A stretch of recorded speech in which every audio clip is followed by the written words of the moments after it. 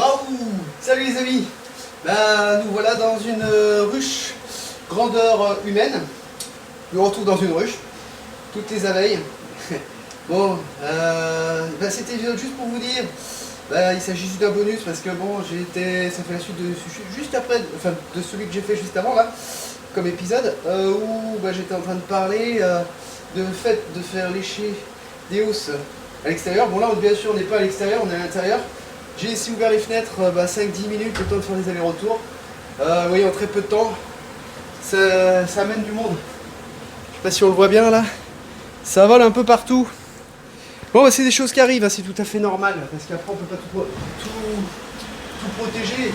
Il aurait presque fallu que je recoupe comme ça pour protéger au maximum. Bon, il s'agit quand même d'une intervention assez courte. Là, on n'est pas non plus dans... Je suis en train d'évacuer tout, donc petit à petit, ça va s'atténuer.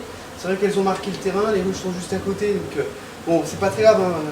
Ça reste entre guillemets maîtrisé tant que... il faut que j'aille vite, hein, d'ailleurs. Que je évacue tout ça pour les foutre à lécher sur les autres ruches. Mais imaginez ça à l'extérieur. Et vous laissez ça au bout d'une heure, vous rendez. C'est un essaimage grandeur nature, sauf qu'il ne s'agit pas d'essaimage. Là, il s'agit de pillage. Et puis, comme je le disais, c'est un mélange de différentes ruches, de différentes colonies, de différents cheptels. Mélange de maladies, transmission de quoi que ce soit, bagarre, etc. C'est pas ce qu'il faut faire. Alors, en pleine nature, bon, je l'ai déjà dit, quand vous êtes dans des grands champs, sans habitation tout autour, à la rigueur, on peut se le permettre. Après, chacun fait ce qu'il veut et prend ses responsabilités. Là, je suis chez moi, j'en prends mes responsabilités. Bon, après, je ne me fais pas trop attaquer, regardez la preuve en est. Bon, du coup, je vais en profiter pour aller un peu plus loin sur cet épisode bonus et voir s'il y a des choses intéressantes que je pourrais partager avec vous. C'est parti. Bon, avant d'y aller, juste pour profiter de ce bruissement. Ça vole, ça vole. Autant, bon là j'ai fermé la fenêtre, bon, on va falloir les évacuer aussi. Puis je suis obligé de faire des allers-retours, donc on ne peut pas non plus fermer la fenêtre à 100%. Il suffit qu'il y ait un tout petit trou là par exemple là en dessous. Et c'est parti. Et elles ont trouvé l'endroit pour pouvoir passer. Et là ça s'accumule, ça s'accumule. Bon, bref, on y va. Alors, petit point sur cette ruche que je visite. Et je la visite en même temps de vous parler d'autre chose par rapport à quoi? Par rapport à notre ami, pas notre ami, notre ennemi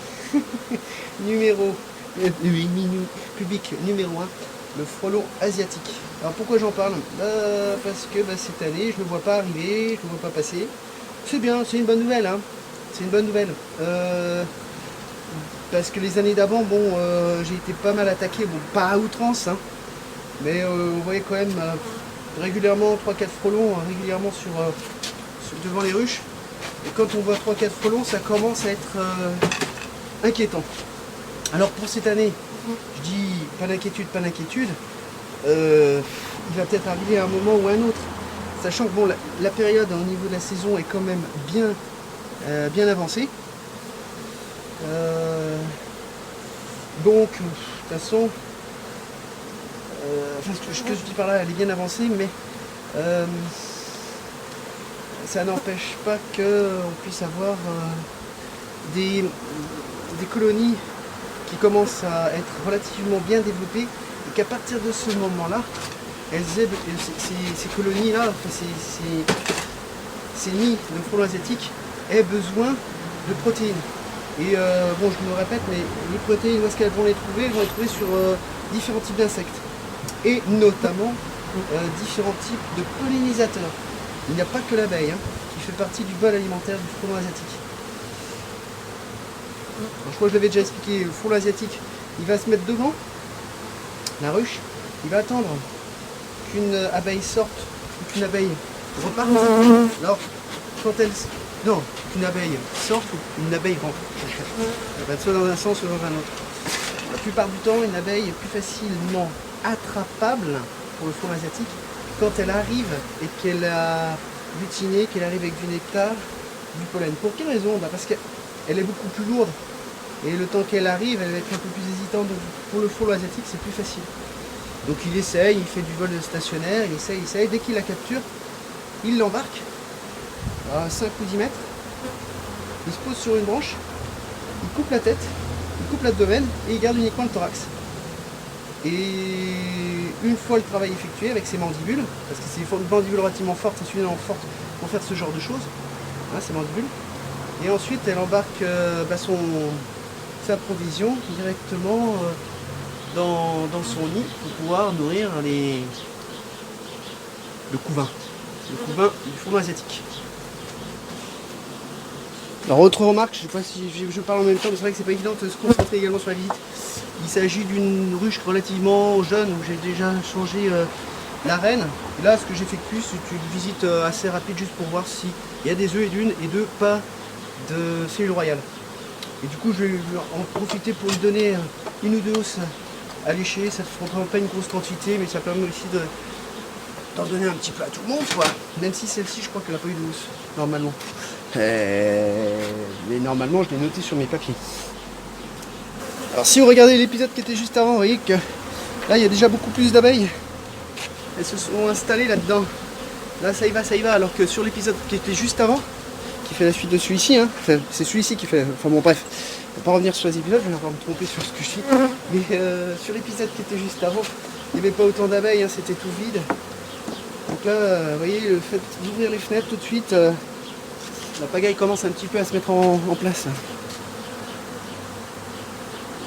Hop, on va lui mettre une petite deuxième. Ça ne représente pas non plus une grande quantité, mais ça permet d'en mettre un peu partout, de répartir un peu de tout sur toutes les ruches et d'avoir un bon nettoyage et récupérer des hausses extrêmement propres. Et j'ai plus qu'à refermer de cette manière-là. Et c'est terminé. Petit point sur l'évolution. Vous voyez, hein, c'est grandissant. Là, pour les arrêter, il faut toujours courir. Je parle, mais il ne faut pas que je traîne non plus. Hein. Allez, on continue.